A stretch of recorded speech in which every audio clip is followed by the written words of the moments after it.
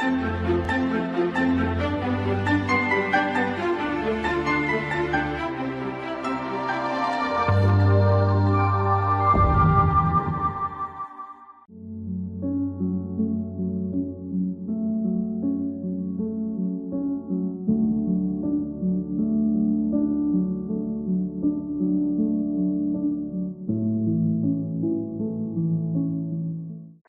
বন্ধুরা, আজকে এই অডিও ভিজুয়াল লেকচারে যে বিষয়টা আমি আলোচনা করতে যাচ্ছি তা হলো শিক্ষামূলক পরিবেশ, অর্থাৎ এডুকেশনাল এনভায়রনমেন্ট। তো বন্ধুরা, আমরা সকলেই জানি যে একটা শিক্ষা কার্য পরিচালনা করার জন্য শিক্ষামূলক পরিবেশ কতটা গুরুত্বপূর্ণ। কারণ একটা শান্ত পরিবেশ না হলে শিক্ষা কার্য পরিচালনা করা যায় না। এবং এই বিষয়টা ভালো করে বুঝতে গেলে আমরা যদি দেখি যে আমাদের ভারতবর্ষের যে সমস্ত শিক্ষা প্রতিষ্ঠানগুলো তৈরি হয়েছে সেগুলো কিন্তু একটা সুন্দর পরিবেশের মধ্যে কিন্তু তৈরি হয়েছে। তো এই বিষয়েই কিন্তু আজকে আমার বিস্তারিত আলোচনা। তো এই বিস্তারিত আলোচনার পূর্বে আমি বলবো যে কোন কোন বিষয়গুলো এই আজকের আলোচনার মধ্যে আমি রাখবো। তো আজকের এই আলোচনা থেকে শিক্ষার্থীরা যে বিষয়গুলো জানবে তা হলো শিক্ষামূলক পরিবেশের অর্থ, শিক্ষামূলক পরিবেশের সংজ্ঞা এবং ব্রনফেন-ব্রেনার, এবং আমরা জানি যে তিনি একজন বিখ্যাত মানুষ শিক্ষাক্ষেত্রে। তার যে ইকোলজিক্যাল সিস্টেম থিওরি এখানে কেন গুরুত্বপূর্ণ সেটাও কিন্তু আলোচনা করা হবে।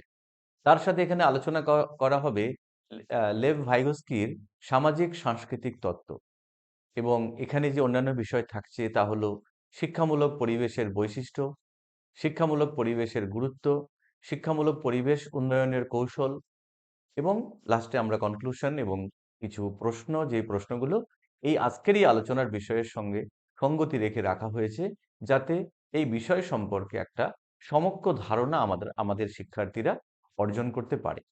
তাহলে শুরু করা যাক প্রথমেই যে শিক্ষামূলক পরিবেশের অর্থ। তাহলে আমরা দেখে নিই যে শিক্ষামূলক পরিবেশের অর্থ বলতে আমরা কি বুঝি। সাধারণত শিক্ষামূলক পরিবেশের অর্থ হলো এমন একটি কাঠামো যা শিক্ষার্থীদের শিক্ষণ অভিজ্ঞতাকে প্রভাবিত করে এবং সমৃদ্ধ করে। এটি শুধুমাত্র শ্রেণীকক্ষের গণ্ডিতে সীমাবদ্ধ নয়, বরং বিদ্যালয়ের কাঠামো, অর্থাৎ পরিকাঠামো, সামাজিক মিথস্ক্রিয়া, সাংস্কৃতিক বৈচিত্র্য এবং আধুনিক প্রযুক্তির সংযোজনের অন্তর্ভুক্তির মধ্য দিয়ে এই শিক্ষামূলক পরিবেশ কিন্তু সংগঠিত করা হয়। বন্ধুরা, এই যে শিক্ষামূলক পরিবেশের অর্থ সম্পর্কে আমি যে বললাম, তো এখানে শিক্ষামূলক পরিবেশের অর্থ মানেই হচ্ছে কেমন পরিবেশে শিক্ষা কার্য পরিচালিত হলে সেটা খুব এফেক্টিভ হয়। তো এখানে বিদ্যালয়, যেকোনো স্থানে কিন্তু একটা বিদ্যালয় আমরা কিন্তু দেখি না। বিদ্যালয় এমন একটা জায়গায় তৈরি করা হয় যেখানকার পরিবেশটা খুব সুন্দর। পরিবেশ সুন্দর বলতে আমরা এখানে কি বুঝি? পরিবেশ সুন্দরের প্রথম যে কন্ডিশন তা হলো নয়েজ ফ্রি পরিবেশ। কারণ ধরুন আমি একটা এক্সাম্পল দিই। এখানে যদি কোনো একটা কারখানা, যেখানে প্রতিনিয়ত বা একটা নির্দিষ্ট সময় অন্তর সেখানে একটা সাইরেন বাজে। সেই সাইরেনটা এতটা জোরেই হয়, সেটা কিন্তু আশেপাশের যে সমস্ত মানুষ বসবাস করে তাদের কিন্তু সেটা অনেক ক্ষেত্রে ক্ষতিগ্রস্ত করে।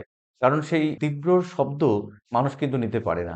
এবং আমরা জানি যে বর্তমান সময়ে দাঁড়িয়ে বিভিন্ন যে সমস্ত পলিউশন গুলো রয়েছে, দূষণগুলো রয়েছে, তার মধ্যে শব্দ দূষণ একটা মারাত্মক ক্ষতিকারক দিক। তাই সেখানে পঠন-পাঠনের ক্ষেত্রে একটা সুন্দর পরিবেশ বা একটা শান্ত পরিবেশ না হলে শিক্ষার্থীরা সেই পঠন-পাঠনে মনোযোগ দিতে পারে না। তার ফলে তাদের শিক্ষা কার্য ব্যাহত হয়। এবং এই যে আমি যে একটা কারখানার উদাহরণ দিলাম, তাহলে এরকম কারখানার পাশে কিন্তু কোনো বিদ্যালয় কখনো তৈরি হয় না।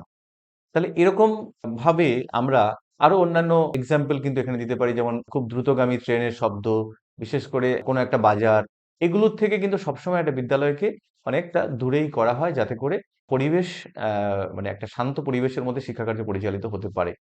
তার ফলে আমরা যদি আমাদের ঐতিহ্য, সংস্কৃতি এবং ভারতীয় পরম্পরা দেখি, তাহলে দেখব প্রাচীনকালে যে গুরুকুল সিস্টেম ছিল সেগুলো কিন্তু বিভিন্ন বনের মধ্যে হতো। প্রাচীনকালে যে সমস্ত গুরুকুল ব্যবস্থাগুলো ছিল সেগুলো কোনো নদীর পাশে হতো। তার কারণ সেখানকার পরিবেশ তাদেরকে কিন্তু শিক্ষা কার্য মনোনিবেশ করতে সাহায্য করত। তাহলে এই হচ্ছে শিক্ষামূলক পরিবেশের অর্থ, যেটা শুধুমাত্র কোনো একটা বিদ্যালয়ের পরিকাঠামোর সাথে যুক্ত নয়। তার কারণ শিক্ষা সবসময় যে একটা প্রথাগত শিক্ষাই হয় তা নয়। প্রথাগত শিক্ষার বাইরেও কিন্তু অপ্রথাগত শিক্ষার আমরা কিন্তু ব্যাপক প্রসার সোসাইটিতে বা সমাজের মধ্যে দেখে থাকি, যার ফলে সামাজিক মিথস্ক্রিয়াও একটা গুরুত্বপূর্ণ দিক। সেখানেও একটা সুন্দর পরিবেশের মধ্যে শিক্ষা কার্য পরিচালিত হতে পারে, বা সাংস্কৃতিক বৈচিত্র্যতা বা আধুনিক যে প্রযুক্তির মধ্য দিয়ে সেখানেও কিন্তু শিক্ষা কার্য পরিচালিত হয়। তো এই হচ্ছে শিক্ষামূলক পরিবেশের গুরুত্বপূর্ণ যে অর্থ, সেটা আমি এখানে আলোচনা করার চেষ্টা করলাম। এবং তার সঙ্গে একটি আদর্শ শিক্ষামূলক পরিবেশ যদি আমরা বলি, সেক্ষেত্রে শিক্ষার্থীদের কৌতূহল বাড়াতে, সমস্যা সমাধানের দক্ষতা বিকাশ করতে এবং আত্মবিশ্বাসী করে তুলতে সাহায্য করে। এই যে কৌতূহল বাড়াতে, মানে to increase the curiosity of the learners, যেটা শিক্ষা কার্যে তাদের মনোনিবেশ করতে সাহায্য করে। তাহলে একটা শিক্ষামূলক পরিবেশের মধ্যে এটা কিন্তু একটা গুরুত্বপূর্ণ বিষয়। তাহলে শিক্ষামূলক পরিবেশ এমন হবে যেখানে শিক্ষক যখন তার বিভিন্ন ইনস্ট্রাকশন গুলো শিক্ষার্থীদের দেবেন, নির্দেশ দান করবেন, সেই নির্দেশগুলো যদি শিক্ষার্থীরা সঠিকভাবে বুঝতে না পারে, তাহলে কিন্তু তারা শিক্ষা কার্যে মনোনিবেশ করতে পারবে না, এবং তারা কিন্তু তাদের সেই ফিডব্যাক গুলো শিক্ষককে দিতে পারবে না। তাহলে এখানে সেই কিউরিসিটি বাড়াতে গেলে ইনস্ট্রাকশন কিন্তু খুব সুন্দর হওয়া চাই। তাহলে শিক্ষামূলক পরিবেশ যদি ভালো না হয়, তাহলে কিন্তু নির্দেশনাও কিন্তু ভালো করে দেয়া যাবে না। কারণ শিক্ষক যে নির্দেশগুলো দিচ্ছেন তার শিক্ষার্থীদেরকে, সেগুলো তারা ভালো করে শুনতে পাবে না, বা সেগুলোকে ভালো করে তারা সেগুলোর মধ্যে অন্তর্ভুক্ত বা ইনভলভ হতে পারবে না। যার ফলে এই কৌতূহল সৃষ্টি করতে গেলেও কিন্তু ভালো একটা শিক্ষামূলক পরিবেশ তৈরি করা দরকার, যেটা শিক্ষার্থীদের দক্ষতা বিকাশ এবং আত্মবিশ্বাস গড়ে তুলতে কিন্তু ব্যাপকভাবে সাহায্য করে। এখন দেখে নেওয়া যাক যে শিক্ষামূলক পরিবেশের সংজ্ঞা। আমরা শিক্ষামূলক পরিবেশের অর্থ কি সেটা মোটামুটি জানার চেষ্টা করেছি। এখন এই শিক্ষামূলক পরিবেশের সংজ্ঞায় প্রথমেই যে সংজ্ঞাটা আমি আলোচনা করব, সেটা হচ্ছে ইউনেস্কো ২০০৯ সালে একটা সংজ্ঞা দিয়েছিল। অর্থাৎ শিক্ষামূলক পরিবেশ কেমন হবে সেই সম্পর্কে ইউনেস্কো, আমরা জানি, তারা শিক্ষার অনেক দায়িত্ব তারা কিন্তু সারা পৃথিবীতে পালন করে থাকে। বিশেষ করে যে সমস্ত পিছিয়ে পড়া দেশ রয়েছে, তাদের সেখানকার ছেলেমেয়েদের শিক্ষা কাজে কিন্তু তারা অগ্রণী ভূমিকা পালন করে। তাই ইউনেস্কো একটা সংজ্ঞা দিয়েছে, সেটা হলো একটি শিক্ষামূলক পরিবেশ হলো কাঠামোগত, সামাজিক ও শিক্ষণ পদ্ধতির এমন সংমিশ্রণ যা শিক্ষার্থীদের শিখন অভিজ্ঞতা ও উন্নয়নকে প্রভাবিত করে। তাহলে ইউনেস্কোর এই সংজ্ঞাটা যদি আমরা ব্যাখ্যা করি, তাহলে দেখব যে শিক্ষামূলক পরিবেশ হচ্ছে এমন একটা পরিকাঠামো আমাদেরকে তৈরি করতে হবে, যেখানে সামাজিক এবং শিক্ষণ পদ্ধতির একটা সংমিশ্রণ হবে। অর্থাৎ যেই সামাজিক অবস্থানের মধ্য দিয়ে শিক্ষা প্রতিষ্ঠানটা রয়েছে, সেখানকার যে কাঠামো, পরিকাঠামো, এবং তার সঙ্গে যে সমস্ত শিক্ষণ পদ্ধতিগুলো আমরা ব্যবহার করছি, তার মধ্যে যেন সুন্দর একটা মেলবন্ধন হয়। সেই সুন্দর মেলবন্ধন যদি না হয়, তাহলে শিক্ষার্থীদের শিখন অভিজ্ঞতা হবে না। শিক্ষার্থীদের শিখন অভিজ্ঞতা যদি না হয়, শিখন অভিজ্ঞতা মানে হচ্ছে এখানে যেটা আমরা বলছি এক্সপেরিয়েন্সেস গুলো হবে না, এবং সেই ডেভেলপমেন্টটা কিন্তু ভালো করে এগোবে না। তাহলে আমরা জানি যে শিক্ষা হচ্ছে অভিজ্ঞতা অর্জন। সেই অভিজ্ঞতা অর্জনের মধ্য দিয়ে একটা শিক্ষার্থী তার কগনিটিভ, এফেক্টিভ এবং সাইকোমোটর ডোমেইনের মধ্য দিয়ে তার একটা ডেভেলপমেন্ট কিন্তু হতে থাকে। তাহলে এক্ষেত্রে ইউনেস্কোর যে সংজ্ঞা, এটা কিন্তু অত্যন্ত গুরুত্বপূর্ণ। এখানে আরেকটা সংজ্ঞা নিয়ে আমি আলোচনা করছি, সেটা হচ্ছে ওয়ার্ল্ড ব্যাংক। ওয়ার্ল্ড ব্যাংক 2020-তে একটা উল্লেখযোগ্য সংজ্ঞা দিয়েছে, সেটা হলো শিক্ষামূলক পরিবেশ সেই উপাদানগুলোর সমন্বয়ে গঠিত যা শিক্ষার্থীদের শিখন প্রক্রিয়াকে সহায়তা বা বাধাগ্রস্ত করতে পারে। যেমন বিদ্যালয়ের পরিকাঠামো, শিক্ষাদান কৌশল, মূল্যায়ন ব্যবস্থা এবং সামাজিক পরিকাঠামো। আমরা শিক্ষামূলক পরিবেশ বলতে শুধুমাত্র যেন এরকম একটা পরিবেশ কথা না ভাবি যেটা শুধুমাত্র পরিকাঠামোকে বোঝায়, তাহলে কিন্তু কোথাও আমাদের ভুল হবে। শিক্ষামূলক পরিবেশ কথাটা যখনই আমরা উচ্চারিত করব, তার সাথে সাথে আমাদের চোখের সামনে এই বিষয়গুলো কিন্তু উঠে আসে। তা হলো সেখানকার কোনো অবস্টাকেল আছে কিনা, কোনো রকম বাধা আছে কিনা, মানে যেটা ফিজিক্যাল যে ইনফ্রাস্ট্রাকচার, তার শিক্ষাদান কৌশলের কোনো রকম ঘাটতি রয়েছে কিনা। শিক্ষাদান কৌশল মানে হচ্ছে শিক্ষাদান করতে গেলে আমরা কি কি ধরনের কৌশল ব্যবহার করি, অর্থাৎ টিচিং এইডস কিরকম ব্যবহার করি, আমাদের সেখানকার নির্দেশনা কেমন হয়, এবং এই যে শিক্ষাদান করার পরে আমরা জানতে চাই শিক্ষার্থীটা কতটা সেই বিষয়টাকে অ্যাচিভ করতে পেরেছে। তার জন্য আমরা একটা অ্যাচিভমেন্ট টেস্টের ব্যবস্থা করি, মূল্যায়ন করি, এবং সেই যে মূল্যায়ন ব্যবস্থার মধ্য দিয়ে আমরা আরেকটু জানার চেষ্টা করি যে সেখানকার সামাজিক যে পরিকাঠামো ছিল, সেটা কতটা শিক্ষার্থীদের শিখনের ক্ষেত্রে সাহায্য করেছে। তাহলে ওয়ার্ল্ড ব্যাংকের যে শিক্ষামূলক পরিবেশের যে সংজ্ঞা, সেটা কিন্তু অত্যন্ত তাৎপর্যপূর্ণ। তো শিক্ষামূলক পরিবেশ আলোচনা করতে গিয়ে এখন যে গুরুত্বপূর্ণ যে থিওরিটা আমি আলোচনা এখানে করব সেটা হলো ব্রনফেন ব্রেনারের ইকোলজিক্যাল সিস্টেম থিওরি। তিনি 1979 সালে এই থিওরিটা দিয়েছিলেন, যেটা এই শিক্ষামূলক পরিবেশ আলোচনা করতে গেলে এটা কিন্তু অত্যন্ত গুরুত্বপূর্ণ। তবে আসুন দেখে নেওয়া যাক যে এই ব্রনফেন ব্রেনার তার এই ইকোলজিক্যাল সিস্টেম থিওরিতে মূলত কি বলেছিলেন। এখানে তিনি মূলত শিক্ষামূলক পরিবেশ ব্যাখ্যা করতে গিয়ে এখানে তিনি ৫টি স্তরের কথা বলেছেন। যে স্তরগুলো অত্যন্ত গুরুত্বপূর্ণ এবং এই স্তরগুলো সম্পর্কে একটা বিস্তারিত আলোচনা আমি করব। তাহলে ১ম এ দেখে নেওয়া যাক যে এই ৫টি স্তর মূলত কি? তো ১ম টি হচ্ছে মাইক্রো সিস্টেম, যেটা সাধারণত শ্রেণীকক্ষ এবং পরিবারের মধ্য দিয়ে যে শিখন হয়ে থাকে। দ্বিতীয়ত হলো মেসো সিস্টেম, যেটা বিদ্যালয় এবং সামাজিক সংযোগের মধ্য দিয়ে যে শিখন হয়ে থাকে। তৃতীয়ত হলো এক্সো সিস্টেম, যেটা শিক্ষা, নীতিমালা ও প্রশাসনিক সিদ্ধান্তের মধ্য দিয়ে যেটা হয়ে থাকে। এবং চতুর্থত হলো ম্যাক্রো সিস্টেম, যেটা সাংস্কৃতিক, কালচারাল বা অর্থনৈতিক প্রভাবের মধ্য দিয়ে হয়ে থাকে। এবং লাস্ট যেটা ফিফথ সেটা হলো ক্রোনো সিস্টেম। ক্রোনো সিস্টেম বলতে সময় এবং ঐতিহাসিক ঘটনাগুলোর মাত্রা বোঝায়, যা শিশুর বিকাশকে প্রভাবিত করে। তাহলে আসুন এখন আমরা দেখে নিই বিস্তারিতভাবে যে এই ব্রনফেন ব্রেনারের ইকোলজিক্যাল সিস্টেম থিওরিতে তিনি যে ৫টি স্তরের কথা বলেছেন, সেই স্তরগুলো শিক্ষাকে কিভাবে প্রভাবিত করে বা শিক্ষাকে কিভাবে ত্বরান্বিত করে। তো ১ম এই যে বিষয়টা এখানে ব্রনফেন ব্রোনারের যে ৫টি স্তর সেটা একটা চিত্রের মধ্য দিয়ে, একটা ডায়াগ্রামের মধ্য দিয়ে খুব সুন্দর করে এখানে তুলে ধরা হয়েছে যে কিভাবে একটা সিস্টেম কিভাবে গুরুত্বপূর্ণভাবে কাজ করে। এবং তিনি যে ৫টা স্তরের কথা বলেছেন, সেই স্তরগুলো কিভাবে একে অপরের সংযুক্ত এবং কিভাবে গুরুত্বপূর্ণ। এই চিত্রটা ভালো করে যদি আমরা দেখি, তাহলে কিন্তু আমাদের এই বিষয়টা সম্পর্কে একটা পরিষ্কার ধারণা কিন্তু আমরা গড়ে তুলতে পারি। তাহলে এখন আমরা দেখি যে স্তরের কথা তিনি বলেছেন, তার মধ্যে ১ম যে স্তরটি সেটা হচ্ছে মাইক্রো সিস্টেম। তাহলে মাইক্রো সিস্টেমের মধ্য দিয়ে শিক্ষা কার্য কিভাবে ত্বরান্বিত হয়। এই মাইক্রো সিস্টেম হলো শিশুকে ঘিরে থাকা তাৎক্ষণিক পরিবেশ।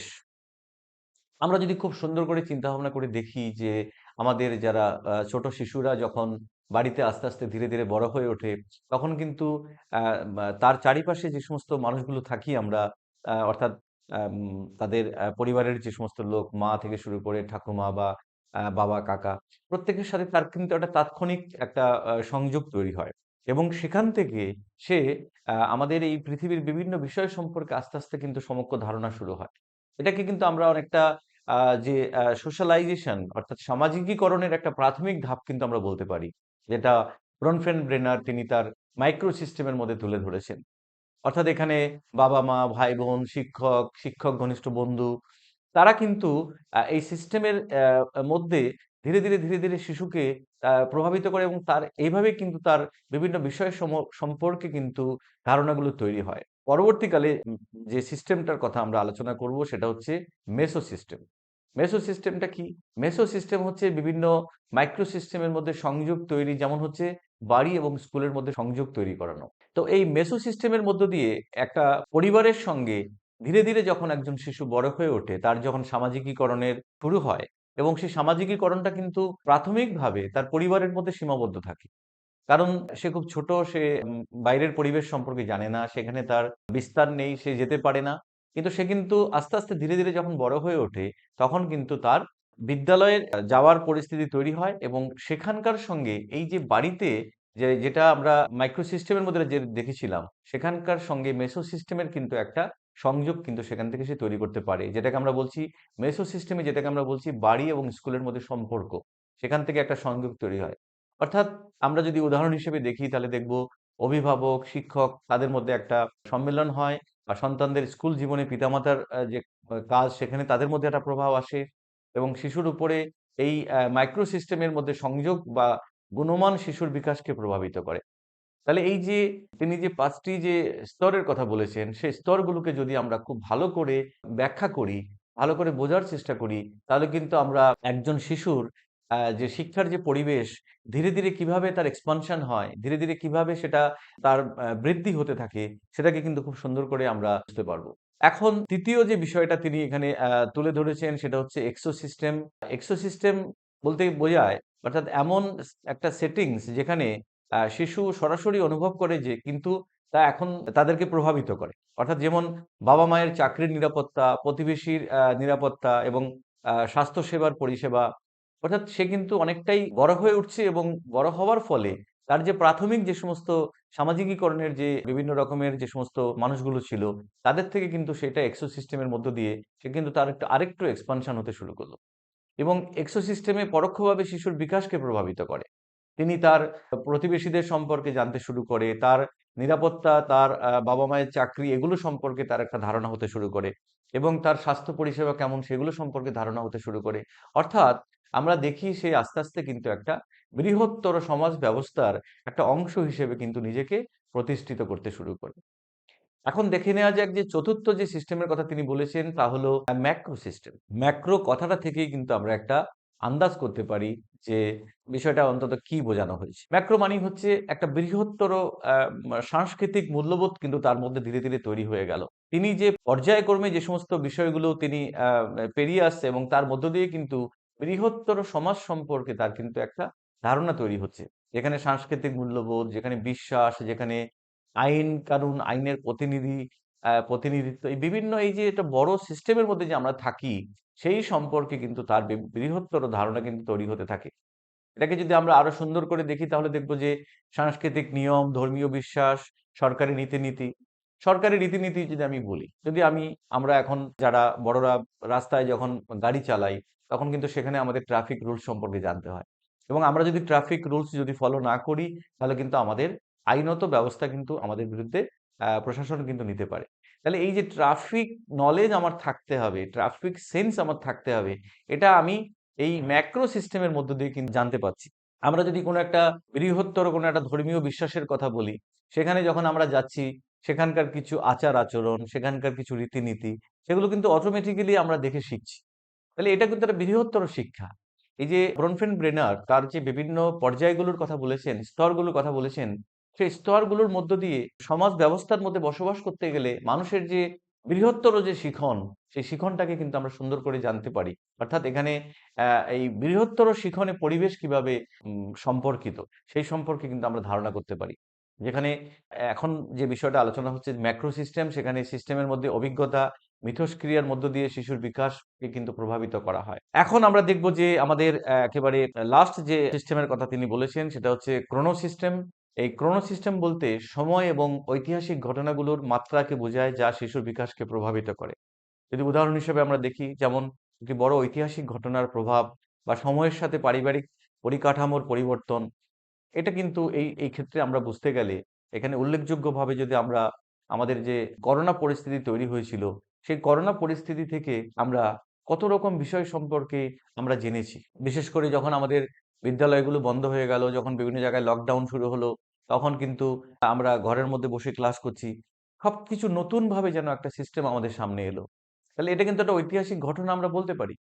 বা পৃথিবীতে অনেক জায়গায় দেখা গেছে যুদ্ধ বিধ্বস্ত হওয়ার ফলে সেখানকার বিদ্যালয়গুলো ক্ষতিগ্রস্ত হয়েছে এবং সেই বিদ্যালয়গুলো ক্ষতিগ্রস্ত হয়ে যাওয়ার ফলে তারা গৃহের মধ্যে বন্দী থেকে সেখান থেকে তাদের শিক্ষা কার্য পরিচালনা করেছে। এই যে এইভাবে যখন কোনো একটা ঐতিহাসিক ঘটনা একটা বর্তমান সামাজিক পরিকাঠামোকে যখন পরিবর্তন করে এবং সেই পরিবর্তনটা যখন শিশুদের শিক্ষার ক্ষেত্রেও পরিবর্তন নিয়ে আসে, এটা কিন্তু একটা গুরুত্বপূর্ণ বিষয় এই ক্রোনো সিস্টেমের মধ্য দিয়ে তিনি তুলে ধরেছেন।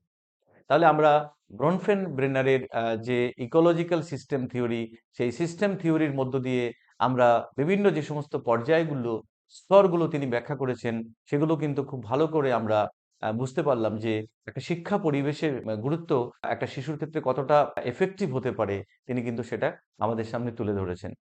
এখন যে বিষয়টা আমি আলোচনা করব সেটা হচ্ছে ভাইগোস্কির সামাজিক সাংস্কৃতিক তত্ত্ব। এই শিক্ষামূলক পরিবেশ আলোচনা করতে গিয়ে এই যে বিভিন্ন তত্ত্বগুলোর কথা আমি আলোচনা করছি এখানে, বিশেষ করে ব্রনফেন-ব্রেনারের যে ইকোলজিক্যাল সিস্টেম থিওরি সেটা কতটা গুরুত্বপূর্ণ শিক্ষার পরিবেশ হিসেবে তিনি যে ব্যাখ্যা দিয়েছেন সেটা আমি এখানে তুলে ধরার চেষ্টা করলাম। এখন যে লেভ ভাইগোস্কি তিনি মূলত একজন রাশিয়ার একজন এডুকেশনিস্ট এবং লেভ ভাইগোস্কির জ্ঞানমূলক বিকাশের যে সামাজিক সাংস্কৃতিক তত্ত্ব তা হলো একটি তত্ত্ব যা ব্যাখ্যা করে যে শিখন একটি সামাজিক প্রক্রিয়া, যা অন্যদের সাথে মিথস্ক্রিয়ার মাধ্যমে ঘটে এবং ভাইগোস্কি বিশ্বাস করতেন যে শিক্ষা একটি সাংস্কৃতিক ঘটনা যা সামাজিক পরিবেশ দ্বারা প্রভাবিত হয়। তাহলে আমরা যদি খুব সুন্দর করে বিষয়টাকে নিয়ে চিন্তা ভাবনা করি তাহলে দেখব যে তিনি কিন্তু গুরুত্বপূর্ণ বিষয়টাকে তুলে ধরেছেন। যে কোনো একটা শিশুর শিক্ষা শুধুমাত্র তার শ্রেণীকক্ষের মধ্যে আবদ্ধ থাকতে পারে না। সে একজন সমাজের বৃহত্তর মানুষ হয়ে ওঠে এবং সমাজের যে বিভিন্ন রকমের প্রণালীগুলো রয়েছে সেই প্রণালীগুলোর মধ্য দিয়ে, পদ্ধতিগুলোর মধ্য দিয়ে সে নিজেকে কিন্তু অন্তর্ভুক্ত করতে থাকে এবং এই যে সামাজিক যে সমস্ত যে মিথস্ক্রিয়া, সাংস্কৃতিক যে সমস্ত মিথস্ক্রিয়া, সেগুলো কিন্তু তাকে বৃহত্তর সমাজ ব্যবস্থা সম্পর্কে একটা ধারণা দেয় এবং সেও কিন্তু আস্তে আস্তে বৃহত্তর সমাজের একজন মানুষ হয়ে ওঠে। তাহলে তিনি গুরুত্বপূর্ণভাবে কিন্তু এই বিষয়টাকে তুলে ধরেছেন এবং এখানে একটা ডায়াগ্রাম নিয়ে আমি আলোচনা করছি যে এই ডায়াগ্রামের মধ্য দিয়ে আমরা জানবো যে কিভাবে একজন শিক্ষার্থী এই সাংস্কৃতিক এবং সামাজিক মিথস্ক্রিয়ার মধ্য দিয়ে একটা বৃহত্তর সমাজের একজন মানুষ হয়ে ওঠে। এখানে দেখানো হয়েছে যে how I can learn on my own. আমরা নিজেদের লার্নিংটা কিভাবে করতে পারি, এখানে তিনি তার যে জেডপিডি এবং স্কাফোল্ডিং লার্নিং এর মধ্য দিয়ে সেটাকে তুলে ধরেছেন। অর্থাৎ জোন অফ প্রক্সিমাল ডেভেলপমেন্ট, এখানে জোন অফ প্রক্সিমাল ডেভেলপমেন্টে স্কাফোল্ডিং লার্নিং এর কথা তিনি বলেছেন। অর্থাৎ বর্তমান সময়ে কিন্তু এটা একটা উল্লেখযোগ্য লার্নিং পদ্ধতি আমরা বলতে পারি, স্কাফোল্ডিং লার্নিং। অর্থাৎ এখানে তিনি মূলত গুরুত্ব দিয়েছেন শিক্ষার্থীর যে কগনিটিভ যে ডেভেলপমেন্টটা হয় সেটা কিন্তু সবচেয়ে উল্লেখযোগ্য ভূমিকা কিন্তু শিক্ষার্থী নেয়। তার কারণ শিক্ষার্থী যখন কোনো একটা বড় সমস্যার সম্মুখীন হয় তখন সে ভাবতে থাকে এই সমস্যাটার সমাধান কি করে হতে পারে এবং সেই সমস্যাটা যখন তিনি ফেস করেন তখন যদি আমাদের সমাজের যারা এক্সপিরিয়েন্স, যারা তাদের থেকে বড় বা শিক্ষক, তখন কিন্তু তাকে সাহায্য করে যে কি করে সেই সমস্যা থেকে সমাধান করতে পারবে। তাহলে এই যে কোনো একটা সমস্যা যখন সে ফেস করছে তখন তাকে ধরে যখন হেল্প করা হচ্ছে, তাকে অ্যাসিস্ট্যান্স দেওয়া হচ্ছে, তখন কিন্তু সেই সমস্যাটা সমাধান করে ফেলছে নিজেই এবং এই সমস্যাটা সমাধান করার ফলে সে কিন্তু তার কিন্তু একটা অভিজ্ঞতা তৈরি হয় সেখান থেকে। এই যে অভিজ্ঞতাটা তৈরি হলো এটা কিন্তু তার যতদিন বেঁচে থাকবে এই ধরনের সমস্যা যদি তার কখনো আসে তখন সেই অভিজ্ঞতার মধ্য দিয়ে কিন্তু সেই সমাধানটা সে সেই সমস্যার আবার সমাধান করতে পারবে। তাহলে এই যে প্রক্রিয়াটা চলতে থাকে এই প্রক্রিয়াকে বলা হচ্ছে ZPD, zone of proximal development. অর্থাৎ একটা ডেভেলপমেন্ট কি করে একজন শিক্ষার্থীর হতে হতে থাকে। তাহলে এখানে শিক্ষক কিন্তু একজন ফেসিলিটেটর, শিক্ষক কিন্তু একজন অ্যাসিস্ট্যান্স দিয়ে থাকে। কারণ মূল সমস্যা কিন্তু শিক্ষার্থী সমাধান করে থাকে। তাহলে আমাদের সমাজ ব্যবস্থার মধ্যে প্রতিনিয়ত শিশুরা কিন্তু ধীরে, ধীরে যখন বড় হতে থাকে তখন এই ধরনের প্রচুর সমস্যার সম্মুখীন হয় এবং সেই সমস্যাগুলো তাকে যদি একটু সাহায্য করা হয় সে কিন্তু নিজেই সমাধান করে। অর্থাৎ তার নিজের প্রচেষ্টাতেই তার একটা নিজের লার্নিং হয় যেটাকে আমরা বলছি what I can learn with the help of ZPD. তো এই যে স্কাফোল্ডিং করা হয় অর্থাৎ তাকে একটা সমস্যার মধ্যে দেয়া হয়, সেই সমস্যাটা তাকে সমাধান করতে বলা হয় এবং সে সমাধান করতে চেষ্টা করে এবং সেখানে সে যখন সমাধান করে উঠতে পারছে না তখন যাকে অ্যাসিস্ট্যান্স দেওয়া হয়, হেল্প করা হয়, তখন সেটা যখন সে সমাধান করে উঠতে পারে সেখান থেকে তার একটা এক্সপেরিয়েন্স হয় এবং সমস্যার সমাধান করে নিজের একটা জ্ঞান বৃদ্ধি হয়। এটাকে তিনি গুরুত্বপূর্ণ একটা সামাজিক বা সাংস্কৃতিক পরিমণ্ডলের মধ্যে যখন এই ঘটনাগুলো ঘটতে থাকে সেটা কিন্তু গুরুত্বপূর্ণভাবে শিক্ষার্থীকে লার্নিং এর মধ্য দিয়ে সমৃদ্ধ করে তোলে। এটাই কিন্তু তিনি মূলত তুলে ধরেছেন। তাহলে তার এই সামাজিক এবং সাংস্কৃতিক তত্ত্ব আ আলোচনার মধ্য দিয়ে আমরা কিন্তু খুব সহজেই বুঝতে পারলাম যে একটা সামাজিক সাংস্কৃতিক পরিবেশ কিভাবে শিক্ষার্থীকে সমৃদ্ধ করে, কিভাবে শিক্ষার্থীকে বৃহত্তর সমাজের একজন মানুষ হতে সাহায্য করে, কিভাবে জেডপিটি এবং স্কাফোল্ডিং লার্নিং এর মধ্য দিয়ে তিনি আস্তে, আস্তে পরিণত মানুষ হয়ে ওঠে। এখন যে বিষয়টা আমি এখানে আলোচনা করতে যাচ্ছি তা হলো শিক্ষামূলক পরিবেশের বৈশিষ্ট্য। শিক্ষামূলক পরিবেশ সম্পর্কে আলোচনা করতে গিয়ে বিভিন্ন যে সমস্ত তাত্ত্বিক বিশেষ করে ব্রনফেন-ব্রেনার এবং তার ইকোলজিক্যাল সিস্টেম থিওরি এবং তার সঙ্গে ভাইগোস্কির যে সামাজিক সাংস্কৃতিক তত্ত্ব তার মধ্য দিয়ে কিন্তু আমরা জেনেছি যে একটা বৃহত্তর সমাজ বা সাংস্কৃতিক পরিমণ্ডল কিভাবে একজন শিক্ষার্থীকে একটা পরিণত মানুষ হিসেবে আম সমাজে তাকে আত্মপ্রকাশ করতে সাহায্য করে। তো সেই শিক্ষামূলক পরিবেশের বৈশিষ্ট্যগুলো কেমন হওয়া উচিত সেটা আমাদেরকে একটু জেনে নেয়া দরকার। তো শিক্ষামূলক পরিবেশ আলোচনা করতে গিয়ে সেখানে একটা উন্নত শ্রেণীকক্ষ, যেখানে একটা লাইব্রেরি বা পাঠাগার থাকবে, যেখানে গবেষণার বিভিন্ন ডিজিটাল ল্যাব থাকবে। কারণ বর্তমান সময়ে আ শিক্ষার্থীরা শিখনের একটা অন্যতম আ ব্যবস্থা হিসেবে কিন্তু সেখানে টেকনোলজির ব্যবহার রয়েছে। সেই টেকনোলজিকে ইন্টিগ্রেট করতে হবে, যাতে তারা সহজেই টেকনোলজির সাহায্যে বিভিন্ন জটিল বিষয়গুলোকে খুব সুন্দরভাবে তারা শিখতে পারে। তাহলে এই পরিকাঠামো কিন্তু আম উন্নত হওয়া দরকার এবং এই পরিকাঠামো যদি উন্নত না হয় তাহলে বর্তমানে আ শিক্ষার ক্ষেত্রে যে সমস্ত অগ্রগতিগুলো হয়েছে তার সুফল কিন্তু শিক্ষার্থীরা পাবে না।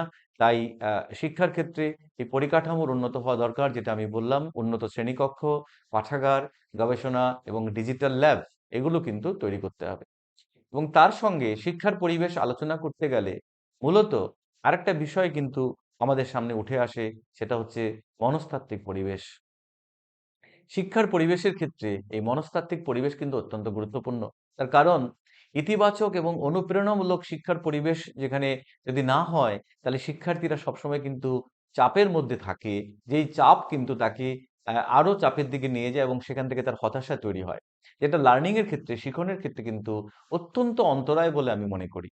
তাই এই মনস্তাত্ত্বিক পরিবেশ বলতে গেলে আমরা সাধারণত যা বুঝি তা হলো, যেই শিক্ষা বা যে শিক্ষণ পদ্ধতি শিক্ষার্থীকে অত্যন্ত আনন্দের মধ্য দিয়ে শিখতে সাহায্য করে, সেটাই কিন্তু একটা পজিটিভ সাইকোলজিক্যাল এনভায়রনমেন্ট হিসেবে আমরা দেখি। এবং সেই আনন্দমূলক বা অনুপ্রেরণামূলক শিক্ষার পরিবেশ যদি তৈরি করতে হয়, তাহলে প্রথমত যেটা শিক্ষার্থীদের দরকার সেটা হচ্ছে চাপ মুক্তহীন হয়ে শিক্ষা গ্রহণ করা। এবং চাপ মুক্তহীন শিক্ষা যদি গ্রহণ করতে হয়, তাহলে শিক্ষার ব্যবস্থাটাকে এমনভাবে ডিজাইন করতে হবে, শিক্ষার ব্যবস্থাটাকে এতটা সুন্দর করতে হবে যাতে তারা আনন্দের মধ্য দিয়ে শিখতে পারে এবং শিক্ষা যাতে কখনোই তাদের কাছে চাপ মনে না হয়। এবং তার মধ্যে সবচেয়ে অগ্রণী ভূমিকা যিনি নিয়ে থাকবেন, তিনি হচ্ছেন শিক্ষক। কারণ শিক্ষক হচ্ছেন অনুপ্রেরণাদায়ক। তিনি অনুপ্রেরণাদায়ক ব্যবস্থার মধ্য দিয়ে শিক্ষার্থীদেরকে শিখতে সাহায্য করবেন এবং তার জন্য এই শিক্ষার পরিবেশ আলোচনা প্রসঙ্গে এখানে মনস্তাত্ত্বিক পরিবেশের কথা আমি এখানে বললাম এবং এটা কিন্তু অত্যন্ত গুরুত্বপূর্ণ। আরেকটা গুরুত্বপূর্ণ বিষয় আমি তুলে ধরবো এই শিক্ষামূলক পরিবেশের বৈশিষ্ট্যের মধ্য দিয়ে, সেটা হচ্ছে পাঠদান এবং মূল্যায়ন পদ্ধতি। আমরা সকলেই জানি যে আমরা যা কিছু শিখি সেই শিক্ষা যদি আবার মূল্যায়নের মধ্য দিয়ে আমরা যদি আবার সেটাকে বোঝাতে না পারি, সেটাকে মেজার করে যদি দেখি যে সেই এক্সপেক্টেড লেভেল অনুযায়ী সেটা হয়নি, তাহলে কিন্তু সেটা অবশ্যই দুশ্চিন্তার বিষয়। তার কারণ আমরা যে এই শিক্ষণের মধ্য দিয়ে বা শিক্ষার মধ্য দিয়ে কোনো কিছু অ্যাচিভ করতে চাই, যে অ্যাচিভমেন্টটা আমাদের অভিজ্ঞতা দেবে, যে অ্যাচিভমেন্টটা আমাদের বিহেভিয়ারের পরিবর্তন ঘটাবে, এবং সেটা যদি না হয় তাহলে কিন্তু সেই শিক্ষা পরিপূর্ণ শিক্ষা হলো না। তাই যেকোনো শিখন কার্যের ক্ষেত্রে পাঠদান এবং তার সঙ্গে কিন্তু যে বিষয়টা উঠে আসে তা হলো মূল্যায়ন পদ্ধতি। এখন এই মূল্যায়ন পদ্ধতি অনেক সময় দেখা যায় এমন হয় যেটা শিক্ষার্থীকে কিন্তু অনেক স্ট্রেসের মধ্যে ফেলে দেয়। শিক্ষার্থীকে কিন্তু শিক্ষা সম্পর্কে একটা বিরূপ ধারণা তৈরি করে। তার জন্য মূল্যায়ন পদ্ধতি এমন হওয়া উচিত যেটা কার্যকর পাঠদান কৌশল এবং নিরপেক্ষ মূল্যায়নের ব্যবস্থা করা উচিত। অর্থাৎ মূল্যায়ন যেন এরকম না হয় যেটা শিক্ষার্থীর একটা চাপের পরিবেশ তৈরি করে। তাই এই শিক্ষা পরিবেশের ক্ষেত্রে মূল্যায়নও কিন্তু সঠিক কার্যকরী মূল্যায়ন এবং নিরপেক্ষ মূল্যায়নও কিন্তু অত্যন্ত গুরুত্বপূর্ণ। আর যদি সেটা করে উঠতে আমরা না পারি, তাহলে কিন্তু সেই মূল্যায়ন কিন্তু শিক্ষার্থীদের স্ট্রেস বা চাপের পরিবেশ তৈরি করতে পারে, যেটা কিন্তু শিক্ষার কাজকে ব্যাহত করতে পারে। এই শিক্ষামূলক পরিবেশের ক্ষেত্রে এবং আজকে যে আলোচনাগুলো করছি আমি, সেখানে আরেকটা গুরুত্বপূর্ণ বিষয় সেটা হলো সামাজিক এবং নৈতিক মূল্যবোধ। সামাজিক এবং নৈতিক মূল্যবোধ কেন এখানে গুরুত্বপূর্ণ? শিক্ষার্থীদের মধ্যে নৈতিকতা, শৃঙ্খলা এবং পারস্পরিক শ্রদ্ধাবোধ যদি না হয়, তাহলে সেই শিক্ষা কিন্তু পরিপূর্ণ শিক্ষা হলো না। তাহলে এই সামাজিক নৈতিক মূল্যবোধ তৈরির ক্ষেত্রেও কিন্তু শিক্ষামূলক পরিবেশের একটা গুরুত্ব রয়েছে। এখন এই সামাজিক এবং নৈতিক মূল্যবোধ বলতে আমরা কি বুঝি? সেটা আমাদের একটু জানা দরকার। সামাজিক এবং নৈতিক মূল্যবোধ বলতে আমরা বুঝি আমাদের যে সমাজ ব্যবস্থা, সেই সমাজ ব্যবস্থা কিছু নিয়ম শৃঙ্খলার মধ্য দিয়ে কিন্তু পরিচালিত হয়। কারণ সমাজের মধ্যে যদি নিয়ম শৃঙ্খলাগুলো না থাকে, তাহলে একটা বিশৃঙ্খল পরিবেশ কিন্তু তৈরি হবে। সেই বিশৃঙ্খল পরিবেশ সকলের জন্যই অআকাঙ্ক্ষিত। এবং সেই সামাজিক পরিবেশ নিয়ম শৃঙ্খলার মধ্য দিয়ে কিছু পরিবারের শিক্ষার মধ্য দিয়ে, সমাজের শিক্ষার মধ্য দিয়ে কিছু নৈতিক মূল্যবোধও কিন্তু আমাদের শিক্ষার্থীদের মধ্যে থাকে। যেগুলো শিক্ষার্থীদের শৃঙ্খলিত হতে সাহায্য করে এবং পারস্পরিক শ্রদ্ধাবোধ তৈরি করতে সাহায্য করে।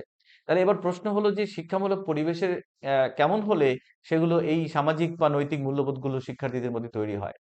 শিক্ষামূলক পরিবেশের এমন হওয়া উচিত যাতে করে আমাদের সমাজের যে ঐতিহ্য, আমাদের সমাজের যারা গুরুত্বপূর্ণ মানুষ, বিশেষ করে যারা সমাজের জন্য, দেশের জন্য অনেক কন্ট্রিবিউশন রয়েছে এবং তারা এই সমাজ বা দেশের জন্য নিজের স্বার্থ ত্যাগ করে যখন কাজ করেছেন, তাদের জীবনী তুলে ধরা, শিক্ষামূলক পরিবেশের মধ্যে তাদের আহ, বিভিন্ন রকমের কাজ যেগুলোকে তুলে ধরা, যাতে করে এই যে স্যাক্রিফাইস যারা করে গেছিলেন সমাজের জন্য, দেশের জন্য, তাদের যে অনুপ্রেরণা, সেটা কিন্তু আমাদের শিক্ষার্থীদেরকে তাদের মূল্যবোধ গঠন করতে সাহায্য করবে।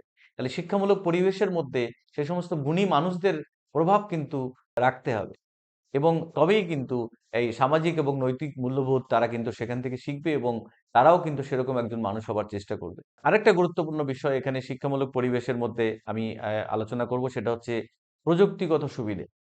আমরা বিশেষ করে যখন করোনা পরিস্থিতি, তখন আমরা দেখেছি যখন সারা পৃথিবীতে মানুষ ঘরবন্দি হয়েছিল, সেখানে মানুষকে লকডাউনের মধ্যে থাকতে হয়েছিল, তখন প্রশ্ন উঠেছিল যে শিক্ষা কার্য কি করে পরিচালিত হবে। কারণ পৃথিবীর যতই এই ধরনের মহামারী বা এই ধরনের ভয়াবহ পরিবেশের পরিস্থিতি তৈরি হয়, সেখানে কিন্তু শিক্ষা কার্য কখনো বন্ধ রাখা হয় না। তার ফলে তখনই কিন্তু মানুষ উদ্ভাবন করেছিল বিভিন্ন রকমের ডিজিটাল যে সমস্ত আইসিটি বা ইনফরমেশন কমিউনিকেশন টেকনোলজি, তাদের মধ্য দিয়ে কিন্তু ঘরে বসেও কিন্তু শিক্ষা কার্য পরিচালনা হতে পেরেছে। তাই আজকে সেই করোনা পরিস্থিতি থেকে আমরা কিন্তু ভীষণভাবে অভ্যস্ত হয়ে গেছি যে কোনো শারীরিক প্রতিবন্ধকতা বা কোনো কোনো প্রতিবন্ধকতাই শিক্ষাকে কখনোই আটকাতে পারেনি। তাই যে কোনো বিদ্যালয় পরিবেশের মধ্যে কিন্তু শিক্ষা কার্য ভালো করে পরিচালনা করতে গেলে এই ডিজিটাল প্ল্যাটফর্ম বা ই লার্নিং এর ব্যবস্থা কিন্তু খুব ভালো হওয়া উচিত। বিশেষ করে যেখানে কৃত্রিম বুদ্ধিমত্তা বা এআই এর ব্যবহার শুরু শুরু হয়েছে, সেই এআই এর ব্যবহার যাতে আমরা পজিটিভলি করতে পারি, তাহলে কিন্তু সুন্দর একটা শিক্ষামূলক পরিবেশ আমরা তৈরি করতে পারবো। যেখানে ভার্চুয়াল রিয়েলিটির কথা বলা হয়েছে, যেখানে অগমেন্টেড রিয়েলিটির কথা বলা হয়েছে, এগুলো সবই কিন্তু প্রযুক্তির দান, এবং এই প্রযুক্তির ব্যবহারের মধ্য দিয়ে শিক্ষা কার্য আমরা পরিচালনা করতে পারবো। এর সঙ্গে শিক্ষামূলক পরিবেশের যে গুরুত্বপূর্ণ বিষয় এখানে আমি আলোচনা করতে যাচ্ছি, সেটা হচ্ছে শিক্ষকদের দক্ষতা। শিক্ষকের পেশাগত দক্ষতা যদি ঠিকমতো না হয়, তাহলে এই যে টেকনোলজিকে ইন্টিগ্রেট করা, সামাজিক নৈতিক মূল্যবোধ তৈরি করা, শিক্ষামূলক পরিবেশের ক্ষেত্রে সবচেয়ে উল্লেখযোগ্য ভূমিকা কিন্তু শিক্ষকই রেখে থাকেন। তাই শিক্ষকের কিন্তু উপযুক্ত পেশাদারিত্ব থাকা চাই। শিক্ষাদানের নতুন পদ্ধতি গ্রহণ, শিক্ষার্থীদের সঙ্গে বন্ধুত্বপূর্ণ সম্পর্ক, এবং আমি আগেই বলেছি যে শিক্ষক একজন অনুপ্রেরণাদায়ক হবেন, তিনি মোটিভেটর হবেন, শিক্ষার্থীদেরকে মোটিভেট করবেন শিক্ষার কাজে, তবেই কিন্তু একটা ভালো শিক্ষা কার্য পরিচালিত হবে। তো শিক্ষামূলক পরিবেশের ক্ষেত্রে যে সমস্ত বিষয়গুলো আলোচনা করছি, তার মধ্যে সৃজনশীলতা এবং উদ্ভাবন একটা গুরুত্বপূর্ণ বিষয়। তার সঙ্গে সমতা অন্তর্ভুক্তি, অর্থাৎ আমাদের বিশেষ করে যারা দিব্যাং শিক্ষার্থী, তাদের জন্য বিশেষ সুযোগ সুবিধার ব্যবস্থা করা, লিঙ্গ সমতা দূর করা এবং বর্ণ বৈষম্য যাতে না থাকে, সেটা আমাদেরকে এনশিওর করতে হবে। কারণ এই আমাদের শ্রেণীকক্ষের মধ্যে যত শিক্ষার্থী আছে, তারা যাতে কোনোভাবে ডিসক্রিমিনেটেড না হয়, সেটা কিন্তু আমাদেরকে খেয়াল রাখতে হবে। এখন আমি যে বিষয়টা আলোচনা করতে যাচ্ছি, সেটা হলো শিক্ষামূলক পরিবেশের গুরুত্ব। শিক্ষামূলক পরিবেশ আমি আলোচনা করছি, এবং এটা কেন গুরুত্বপূর্ণ? কারণ আমি আগেই বলেছি, শিক্ষামূলক পরিবেশ যদি ঠিক না হয়, তাহলে শিক্ষা কার্যক্রম তো ঠিকমতো পরিচালিত হতে পারে না। উপযুক্ত পরিবেশে শিক্ষার ফলাফলকে ইতিবাচকভাবে প্রভাবিত করে, তার বিভিন্ন এক্সাম্পল কিন্তু আমাদের রয়েছে। তাই শিক্ষামূলক পরিবেশের গুরুত্ব কিন্তু অপরিসীম। এখানে শিক্ষার্থীদের দক্ষতা বৃদ্ধি করা, শিক্ষার্থীদের সামাজিক নৈতিক মূল্যবোধের বিকাশ করা, পারস্পরিক শৃঙ্খলা এবং পারস্পরিক নৈতিক আচরণ শেখার সুযোগ তৈরি করে দেয়া, শুধুমাত্র পঠন পাঠন নয়, তার সঙ্গে সমাজের একজন বৃহত্তর দায়িত্বশীল মানুষ তৈরি করতে গেলে শিক্ষামূলক পরিবেশ কিন্তু খুব সুন্দর হওয়া দরকার। এবং সবচেয়ে বড় কথা, আত্মবিশ্বাস এবং নেতৃত্বের বিকাশ। শিক্ষামূলক পরিবেশ থেকেই কিন্তু একজন শিক্ষার্থী তার নেতৃত্বের যে বিকাশ, সেটা কিন্তু হয়। এবং নেতৃত্বের বিকাশ না হলে আমাদের সমাজ ব্যবস্থায় নেতৃত্ব দানের মানুষ কিন্তু পাওয়া যাবে না। তাই দেখুন, শিক্ষামূলক পরিবেশের মধ্যে অন্যতম গুরুত্বপূর্ণ বিষয় হিসেবে কিন্তু এগুলোকে রাখা হয়েছে। এবং শিক্ষামূলক পরিবেশের মধ্যে পরীক্ষার ফলাফল ইতিবাচক প্রভাব পড়তে পারে, এরকম প্রস্তুতি আমাদের নিতে হবে, তাতে পারফরম্যান্স খুব ভালো করতে পারে। মনস্তাত্ত্বিক সুস্থতার কথা আমি আগেই আলোচনা করেছি, এবং তার সঙ্গে শিক্ষার্থীদের ব্যক্তিগত গঠন সহায়ক, তারা সমাজের দক্ষ নাগরিক হিসেবে গড়ে উঠবে। এই বিষয়গুলো কিন্তু শিক্ষামূলক পরিবেশের মধ্য দিয়ে কিন্তু হয়ে থাকে। বিশেষ করে শিক্ষার্থীদের মনোযোগ বৃদ্ধি করা, সৃজনশীলতার বিকাশ, ভাবনার বিকাশ ঘটানো। শিক্ষামূলক পরিবেশ এমন হবে যাতে সেখানে শিক্ষার্থীরা তাদের বিভিন্ন রকমের ক্রিয়েটিভ বিষয়গুলোকে নিয়ে তারা চর্চা করতে পারে। শিক্ষার্থী এবং শিক্ষকদের মধ্যে সুসম্পর্ক গড়ে তোলার ক্ষেত্রেও কিন্তু শিক্ষামূলক পরিবেশের একটা ইতিবাচক দিক রয়েছে। শিক্ষামূলক পরিবেশের উন্নয়নে কিছু কৌশলের কথা আমি এখানে আলোচনা করতে চাই। তার কারণ এই কৌশলগুলো যদি আমরা অবলম্বন করতে পারি তাহলে একটা ভালো শিক্ষামূলক পরিবেশ কিন্তু আমরা তৈরি করতে পারি। যেমন শ্রেণীকক্ষের পরিকাঠামো যেখানে পর্যাপ্ত পরিমাণে আলো থাকা দরকার, একটা আরামদায়ক পরিবেশ থাকা দরকার, ডিজিটাল সরঞ্জাম থাকা দরকার, শিক্ষকদের প্রশিক্ষণ থাকা দরকার। আধুনিক বিভিন্ন প্রশিক্ষণ রয়েছে যেগুলোর মধ্য দিয়ে শিক্ষকরা তাদের মনস্তাত্ত্বিক দক্ষতা, পারস্পরিক যোগাযোগ, প্রযুক্তির ব্যবহার যাতে করতে পারে সেগুলো আমাদেরকে কিন্তু গুরুত্ব দিতে হবে। এবং ছাত্র শিক্ষক একটা ভালো সম্পর্কের মধ্য দিয়ে একটা ভালো শিক্ষামূলক পরিবেশ কিন্তু আমরা তৈরি করতে পারি এবং এগুলো সবই হচ্ছে শিক্ষামূলক পরিবেশের বিভিন্ন ইতিবাচক দিক বা স্ট্র্যাটেজিক ইমপ্রুভমেন্ট, যেখানে ইন্টারেক্টিভ লার্নিং হয়, সেখানে শিক্ষার্থীদের মধ্যে একটা ডিসকাশন করার মানসিকতা তৈরি হয়, সমস্যা ভিত্তিক শেখা, গেম ওখানে ইন্ট্রোডিউস করা এবং এগুলোর মধ্য দিয়ে কিন্তু একটা চাপমুক্তহীন হয়ে খুব আরামদায়ক পরিবেশের মধ্যে যাতে একটা কন্টিনিউয়াস অ্যাসেসমেন্টের মধ্য দিয়ে শিক্ষার্থীরা শিখতে পারে, সেটাই কিন্তু এই স্ট্র্যাটেজি গুলোর মধ্য দিয়ে আমাদেরকে নিতে হবে। তো আজকের এই আলোচনার মধ্যে আমি যে বিষয়টা নিয়ে আলোচনা করছি সেটা হলো শিক্ষামূলক পরিবেশ। অর্থাৎ শিক্ষামূলক পরিবেশের একটি ইতিবাচক বা শিক্ষামূলক পরিবেশের শিক্ষার্থীদের সামগ্রিক বিকাশের জন্য অত্যন্ত গুরুত্বপূর্ণ।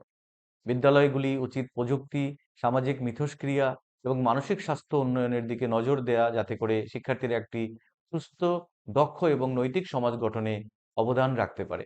তাই উপসংহারের মধ্যে আমি এটাই বলতে চাই যে শিক্ষামূলক পরিবেশ এমন হওয়া উচিত যেখানে শিক্ষার্থী আনন্দের মধ্য দিয়ে বিষয়গুলোকে শিখতে পারে এবং সে সমাজের একজন সুস্থ স্বাভাবিক মানুষ হয়ে সে সমাজকে আরো অনেক বেশি কন্ট্রিবিউট করতে পারে। এটুকুই আজকে এই বিষয়ের মধ্যে আমি এখানে রাখছি। তো শিক্ষার্থী বন্ধুরা, এখানে কিছু বিকল্প ভিত্তিক প্রশ্ন রাখা হয়েছে। যেই প্রশ্নগুলোর মধ্য দিয়ে আজকের যে আলোচনা সেটাকে আরো সুদৃঢ় করবে। তাই আমি সবাইকে অনুরোধ করব যে এই প্রশ্নগুলো যেন সবাই অনুশীলন করে এবং অনুশীলন করার মধ্য দিয়ে যে কাঙ্ক্ষিত যে শিখন আমাদের হওয়া দরকার সেটা কিন্তু আমরা এখান থেকে অ্যাচিভ করতে পারি।